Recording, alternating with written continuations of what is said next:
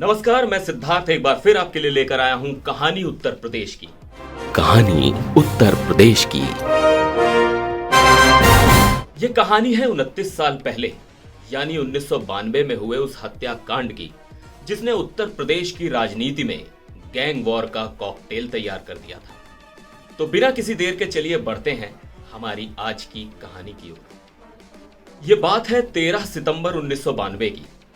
गौतम बुद्ध नगर की दादरी सीट से विधायक महेंद्र सिंह भाटी अपने एक मित्र, गनर और ड्राइवर के साथ घर से निकले। रास्ते में भंगेल क्रॉसिंग बंद थी। फाटक खुलते ही कार से उतरे बदमाशों ने अत्याधुनिक हथियारों से ताबड़तोड़ फायरिंग शुरू कर दी। गोलियों का शोर थमने पर वहां लाशें बिछी हुई थीं। आरोप डीपी यादव पर लगा, जिसके सिर पर हाथ रखकर महेंद्र ने राजनीति की सीढ़ियां चढ़ाई थी। 10 नवंबर 2021 के दिन नैनीताल हाईकोर्ट ने एक ऐसा फैसला दिया जिसने गौतम बुद्ध नगर सहित पश्चिमी उत्तर प्रदेश के बीच चर्चा का बाजार गर्म कर दिया। हाईकोर्ट ने पूर्व सांसद और विधायक धर्मपाल यादव को महेंद्र सिंह भाटी हत्याकांड के आरोप से बरी कर दिया। कोर्ट ने 2015 के सीबीआई के फैसले को पूरी तरह पलटते हुए धर्मपाल उर्फ डीपी यादव को बड़ी राहत दे दी। AK-47 की तड़तड़ाहट से विधायक की हत्या के बाद सूबे की राजनीति ने करवट ले ली थी।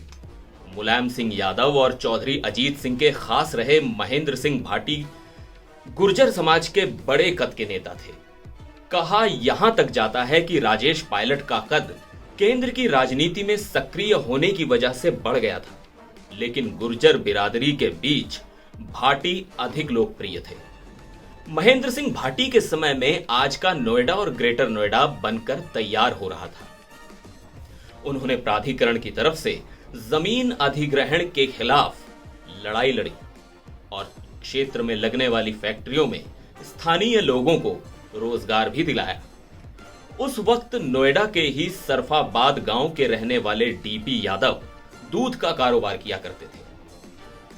उन्होंने अपना काम फैलाना शुरू किया और शराब के धंधे में आ गए। राजनीतिक महत्वाकांक्षा वाले यादव ने महेंद्र सिंह भाटी का हाथ थाम लिया और उन्हें अपना गुरु बना लिया। इस बीच जहरीली शराब से सैकड़ों लोगों की मौत के मामले में नाम आने के बाद डीपी यादव ने राजनीति का कुर्ता पहनना जरूरी समझा। भाटी के आशीर्वाद से ही 1988 में यादव बिसरख ब्लॉक प्रमुख के तौर पर चुन लिए गए और अगले साल ही 1989 में वो बुलंदशहर से विधायक भी बन गए। उस वक्त देश की राजनीति में चल रही उठापटक का असर नोएडा पर भी पड़ा। जनता दल का साथ छूटने के बाद भी मुलायम यूपी में अपनी सरकार बचाने में कामयाब हुए। उन्हें कांग्रेस और चंद्रशेखर का साथ हासिल हो गया। इसी दौरान चौधरी अजीत और मुलायम के रास्ते भी जुदा हो गए। महेंद्र सिंह भाटी ने अजीत सिंह के साथ रहना तय किया, लेकिन उनके शिष्य डीपी यादव की महत्वाकांक्षा बढ़ती ही जा रही थी। वो पूरे इलाके पर राज करना चाहता था, लिहाजा यादव ने भाटी का विरोध करते हुए मुलायम का खेमा चुन लिया। डीपी यादव धीरे धीरे मुलायम के कितने करीब आ गए, इसका अंदाजा इसी बात से लगता है कि बाद में उन्हें कैबिनेट में मंत्री का पद तक मिला। इस बीच यादव के विरोधी सुर से भाटी खफा हो गए। 1991 के चुनाव में उन्होंने प्रकाश पहलवान को डीपी यादव के सामने चुनाव में खड़ा कर दिया।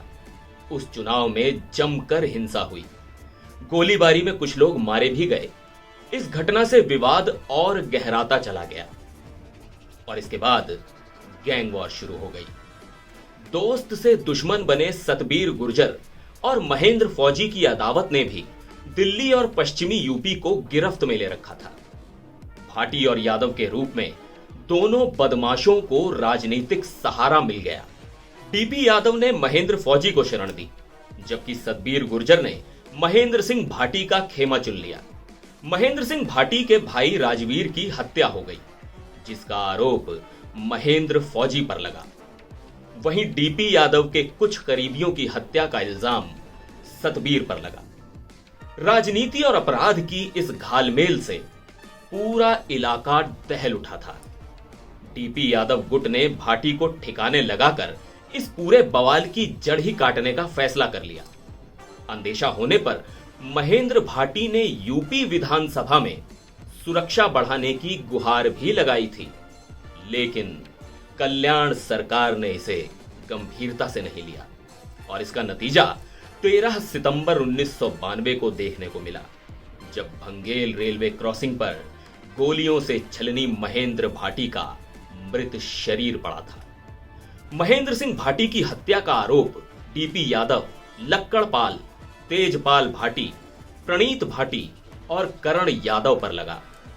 टीपी यादव ने वक्त के साथ अपना प्रभाव बढ़ाया और पश्चिमी यूपी के अपराध की दुनिया का बेताज बादशाह बन गया। कहा तो यहां तक जाता है कि नोएडा और गाजियाबाद का कोई भी प्रोजेक्ट बिना यादव को हिस्सा दिए आगे नहीं बढ़ सकता था। यादव के प्रभाव को देखते हुए सुप्रीम कोर्ट ने 2000 में महेंद्र सिंह भाटी मर्डर केस का ट्रायल उत्तराखंड में सीबीआई देहरादून की निगरानी में कराने का फैसला किया। फरवरी 2015 में सीबीआई की विशेष अदालत ने टीपी यादव पर आरोप साबित करते हुए उम्र कैद की सजा सुनाई, लेकिन 10 नवंबर 2021 के फैसले में नैनीताल हाईकोर्ट ने सीबीआई कोर्ट के फैसले को पूरी तरह पलटते हुए टीपी यादव को आरोप मुक्त कर दिया।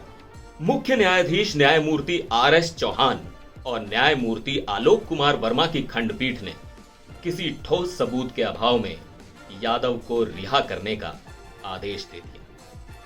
आज की कहानी कैसी लगी आप हमें कमेंट बॉक्स में लिखकर बता सकते हैं। देश और दुनिया की ताजा तरीन खबरों के लिए आप हमारे चैनल को सब्सक्राइब भी कर सकते हैं। फिर लौटूंगा लेकर कोई और कहानी उत्तर प्रदेश की। फिलहाल मुझे दीजिए इजाजत। नमस्कार।